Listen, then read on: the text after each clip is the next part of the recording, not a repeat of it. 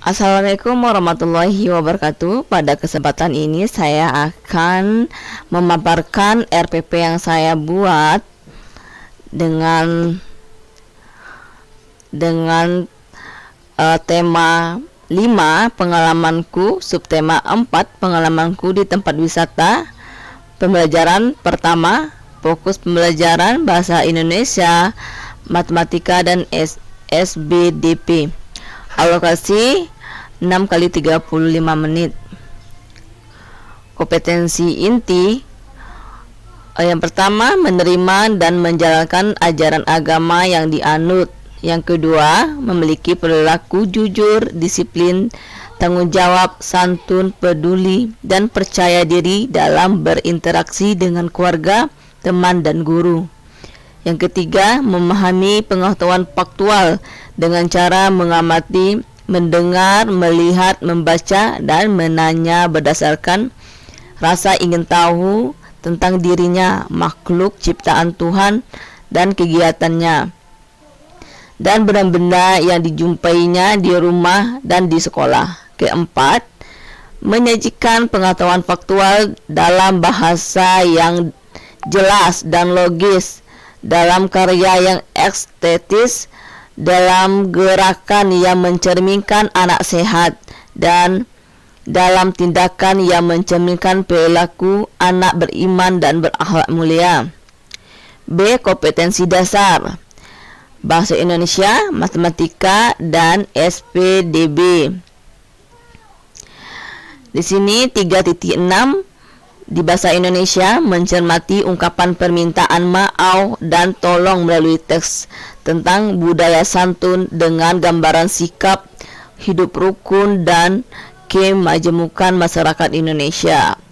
4.6 menyampaikan ungkapan santun menggunakan kata maaf, tolong untuk hidup rukun dalam kemajemukan. Pada matematika 3.6 menjelaskan dan menentukan panjang termasuk jarak, berat, dan waktu dalam satuan baku yang berkaitan dengan kehidupan sehari-hari. 4.6 melakukan pengukuran panjang termasuk jarak, berat, dan waktu dalam satuan baku yang berkaitan dengan kehidupan sehari-hari. SPDB 3.4 mengenal pengolahan bahan alam dan buatan dalam berkarya. 4.4 membuat hiasan dari bahan alam dan buatan. C. Indikator. Di sini indikator juga terdapat bahasa Indonesia, matematika, dan SBDP. Yang pertama, bahasa Indonesia 3.6.1 menuliskan dengan tulisan tegak bersambung menggunakan huruf kapital tentang langkah-langkah koordinasi gerak kepala, tangan, kaki dalam gerakan tari dan mempraktikkannya dengan kerjasama dan disiplin. 4.6.1 membaca indah puisi anak tentang permainan tradisional dan mengidentifikasi serta meragakan gerak pemanasan yang dilakukan sebelum pelaksanaan permainan tersebut secara mandiri dan tanggung jawab. Matematika 3.6.1 membandingkan dan mengukur jarak dua tempat terhadap tempat tertentu dengan alat ukur, meter, dan berbagai alat ukur, kemudian menyajikan dalam bentuk lisan dan teliti jujur. 4.6.1 melakukan pengukuran panjang, berat, dan waktu dalam satuan baku yang berkaitan dengan kehidupan sehari-hari. SBDP 3.41 melakukan karya imajinatif 2 dan 3 dimensi dan gerak sehari-hari dan alam dalam tari. 4.4.1 mempraktikkan gerak tari seharian untuk melatih kelenturan dan kekuatan dalam rangka pengembangan kebugaran jasmani dengan kesehatan. D. Tujuan pembelajaran. 1. Dengan menggunakan teks percakapan, siswa mendengarkan teks percakapan yang berhubungan dengan budaya minta tolong dengan baik. 2. Dengan membuat teks percakapan, siswa dapat bermain peran dan melatihkan ungkapan dengan menggunakan kata tolong untuk hidup rukun dalam kemajemukan dengan benar. 3. Dengan mengamati panjang kain, siswa memecahkan masalah sehari-hari tentang satuan panjang dengan cepat. 4. Dengan memecahkan masalah sehari-hari tentang satuan panjang, siswa dapat menyajikan penyelesaian masalah sehari-hari tentang panjang dengan tepat. 5. Dengan mengamati teks percakapan antara Mei dengan Benny, siswa dapat mengidentifikasikan langkah-langkah membuat karya hiasan dengan bahan buatan benar. 6. Dengan mengidentifikasikan langkah-langkah membuat karya hiasan dengan bahan buatan, siswa dapat membuat karya hiasan dengan bahan buatan yang benar. Di sini tujuan pembelajaran ada 6. Yang pertama 1 dan 2 merupakan tujuan pembelajaran bahasa Indonesia. 3 dan 4 matematika. 5 dan 6 SBDB. Media dan alat pembelajaran. Yang pertama gambar Candi Borobudur. Yang kedua gambar Benny sedang meminta tolong kepada pengunjung lainnya untuk dipoto. Yang ketiga, gambar Benny meminta tolong kepada anak-anak lainnya ia berkunjung Candi Borobudur. Yang keempat, grafik organizer pola ulat. Yang kelima, tes percakapan antara Benny dan Mei. Yang keenam, gambar bingkai foto Benny ketika ke Candi Borobudur. Pendekatan pembelajaran. Pendekatan pembelajaran ini yaitu saintifik. Metode pembelajarannya simulasi, percobaan, diskusi, tanya jawab, penugasan, dan ceramah. Media atau alat, bahan, dan sumber belajar. Media atau alatnya, yang pertama tes bacaan, kedua alat musik tradisional daerah masing-masing. Ketiga, beragam benda di kelas dan lingkungan sekitar. Sumber belajar pertama buku guru dan buku siswa kelas 2, tema 6, panas dan perpindahannya, buku tematik termasuk kurikulum 2013. Revisi 2017 Jakarta Kementerian Pendidikan dan Kebudayaan. G. Langkah-langkah kegiatan pembelajaran. Yang pertama ada pendahuluan di mana kelas dibuka dengan salam, menanyakan kabar dan mengecek kehadiran siswa. Yang kedua, kelas dilanjutkan dengan doa dipimpin oleh salah satu siswa. 3. Siswa difasilitasi untuk bertanya. Pentingnya mengawali setiap kegiatan dengan doa. Selain berdoa, guru dapat memberikan penguatan tentang sikap syukur. Keempat, diajak menyanyi lagu Indonesia Raya. Guru memberikan penguatan tentang pentingnya menanamkan semangat kebangsaan. 5. Siswa diminta memeriksakan keterampilan diri dan kebersihan kelas. 6. Siswa memperhatikan penjelasan guru tentang tujuan, manfaat, dan aktivitas pembelajaran yang akan dilakukan. Ketujuh, siswa menyimak menjelaskan guru tentang pentingnya sikap disiplin akan dikembangkan dalam pembelajaran. 8. Pembiasaan membaca siswa dan guru mendiskusikan pengembangan kegiatan literasi yang telah dilakukan. 9. Siswa diajak menyanyi lagu daerah setempat untuk menyegarkan suasana kembali. Kegiatan inti yaitu ayo mengamati. Yang pertama, siswa mengamati gambar Candi Borobudur. Yang kedua, mengamati gambar Benny sedang minta tolong kepada pengunjung untuk dipoto. Yang ketiga, mengamati aktivitas Benny yang terdapat dalam foto. Yang kedua, ayah berlatih. Siswa bertanya tentang gambar yang diamatinya. Yang kedua, siswa bertanya menggunakan kata tanya apa, siapa, di mana, kapan, mengapa, dan bagaimana. Yang tiga, siswa menulis pertanyaan pada kolom yang sudah disediakan. Siswa memberikan kesempatan untuk menjawab pertanyaan temannya. Yang kelima, siswa saling menjawab pertanyaan temannya. Dan terakhir, siswa bersama guru menentukan jawaban yang sebenarnya. Ayo menulis. Yang pertama, siswa mendengar teks yang dibacakan oleh guru. Siswa mendengarkan teks percakapan berhubungan dengan budaya minta tolong. Ini contohnya. Maaf, mengganggu, namaku Benny.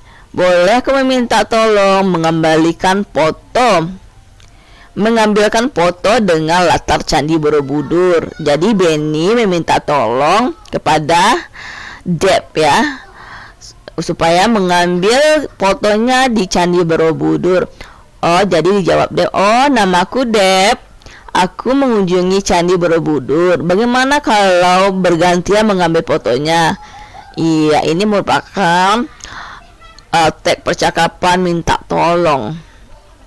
Siswa menjawab pertanyaan berdasarkan teks percakapan yang didengar. Ayah berlatih. Siswa mengamati gambar Benny minta tolong kepada anak-anak lainnya mengunjungi candi. Kedua, siswa membaca teks pada balon cerita dalam gambar yang diamati. Yang ketiga, siswa mencoba cara minta tolong menggunakan bahasa yang sopan di depan kelas. Jadi, siswa mencoba cara minta tolong di depan kelas. Yang terakhir, siswa bermain peran dalam melatih ungkapan dengan menggunakan kata tolong untuk hidup rukun dan kemajemukan. Ayo berlatih. Yang ini, siswa mengamati grafik organizer pola ulat yang berisi tentang panjangnya kain yang dimiliki oleh siswa. Siswa bertanya tentang data pada grafik organizer pola ulat. Siswa mengerjakan berdasarkan data grafik organizer pola ulat. Siswa memecahkan masalah sehari-hari tentang satuan panjang. Siswa menyajikan penyelesaian masalah sehari-hari tentang panjang. Jadi yang ini merupakan pelajaran inti tentang matematika. Iya.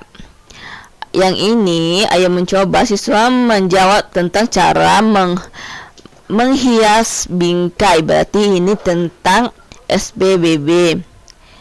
Siswa menggantikan batik dengan kertas pola batik sebagai bungkus kado.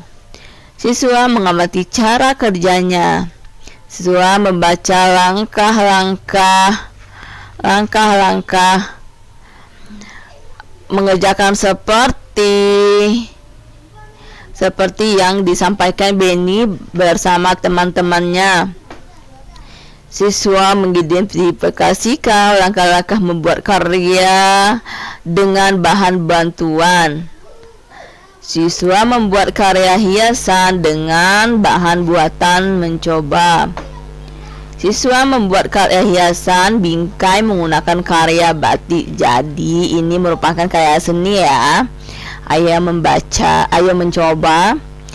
Ini kegiatan terakhir kita adalah penutup. Pertama, siswa bersama guru melakukan refleksi atas pembelajaran yang telah berlangsung. Apa saja yang dipelajari dari kegiatan ini? Apa yang dilakukan untuk menghargai perbedaan di sekitar? Iya.